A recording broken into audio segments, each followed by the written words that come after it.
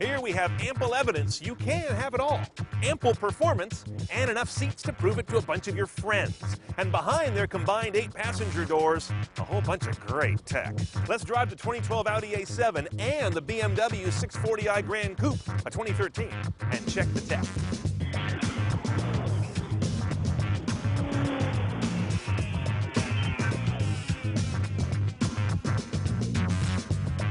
Is a clean sheet design with an amazingly spacious cargo bay thanks to a hatchback, which Americans normally run from. The BMW plays it a little safer with a conventional trunk, a little less cargo space, but fortunately that trunk no longer hides under a bangle butt, that humongous mono buttock that BMW's had till about 2 years ago. In fact, I'll go so far as to say I think the Gran Coupe is the better looking of the two, and that's saying something, because the A7 is no slouch. The other key positioning difference is the BMW Gran Coupe has got a green message. It's got regenerative braking, like a hybrid, though it isn't one, and auto start-stop, which is kind of rare in these kind of cars.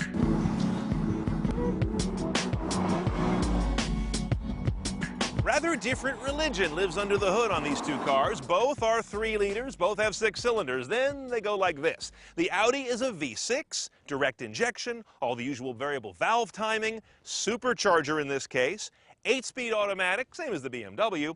All-wheel drive's the only way you can get it. It's an Audi after all. Now the BMW goes for an inline 6. It's a BMW after all. Again, 3 liters, but a twin-power, twin-scroll, single turbo. And the turbocharger, of course, a very different power curve than a supercharger. 8-speed automatic, rear-wheel drive only at this point. Let's stack up the numbers between these two. On the horsepower, 310 here on the Audi, 315 on the Beamer, a little bit better. 325 is the torque number on the Audi, 330 on the BMW. They get real similar on 0 to 60, 5.4, 5.4, and both cars weigh 4,200 pounds. Now the MPG story is interesting. 1828 for the Audi, 2030 on the Beamer.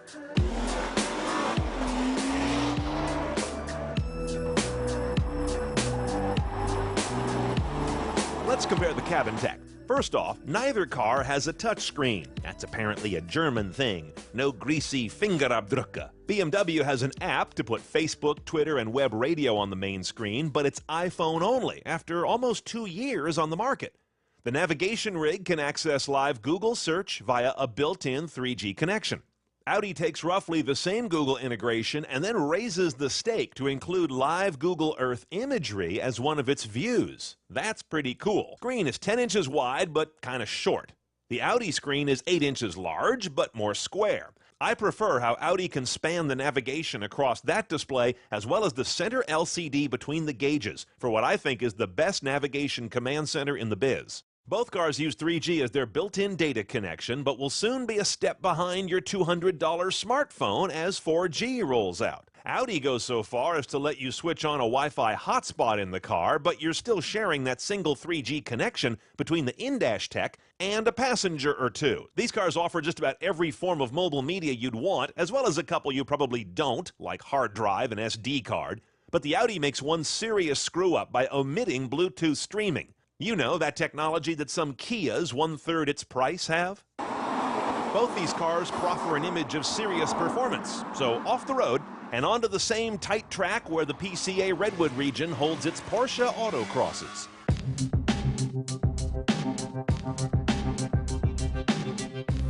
One of the first things you notice about driving this supercharged engine is that it's a supercharger. There is really no perceptible delay in that onrush of power, and it's a big boost when you get it. There's also this all-wheel drive. All 4 paws are gripping. Once you get the feel of that, and Audi's Quattro is the best, you realize this car really knows how to vector itself in around corners. There's also a little bit of kind of drumming and thrumming of the chassis. I'm getting a little bit of the sound of parts moving in the undercarriage, which is not my favorite sound. But I don't believe that this car is built to be pressed as hard as a BMW of similar caliber. It also tends to do everyday driving a little more refinedly, I think. Okay, let's go for a ride in our Gran Coupe. Now you can really feel the fact you've got rear-wheel drive. Steering with the accelerator is not difficult at all. The car feels its weight. I don't think this is a car that feels like it's going to fool you, that it's a big car, but a very capable big guy. Notice we've got the 4 BMW drive modes here. They're a little different on this car. If you go all the way down, you get to Eco Pro. Really dials off the responsiveness and maximizes your economy. And then you get your sports setting, your sole sports setting on this car, which is Sport Plus, and that also turns off your traction control. And once we do that, we really get to have some fun here in these corners.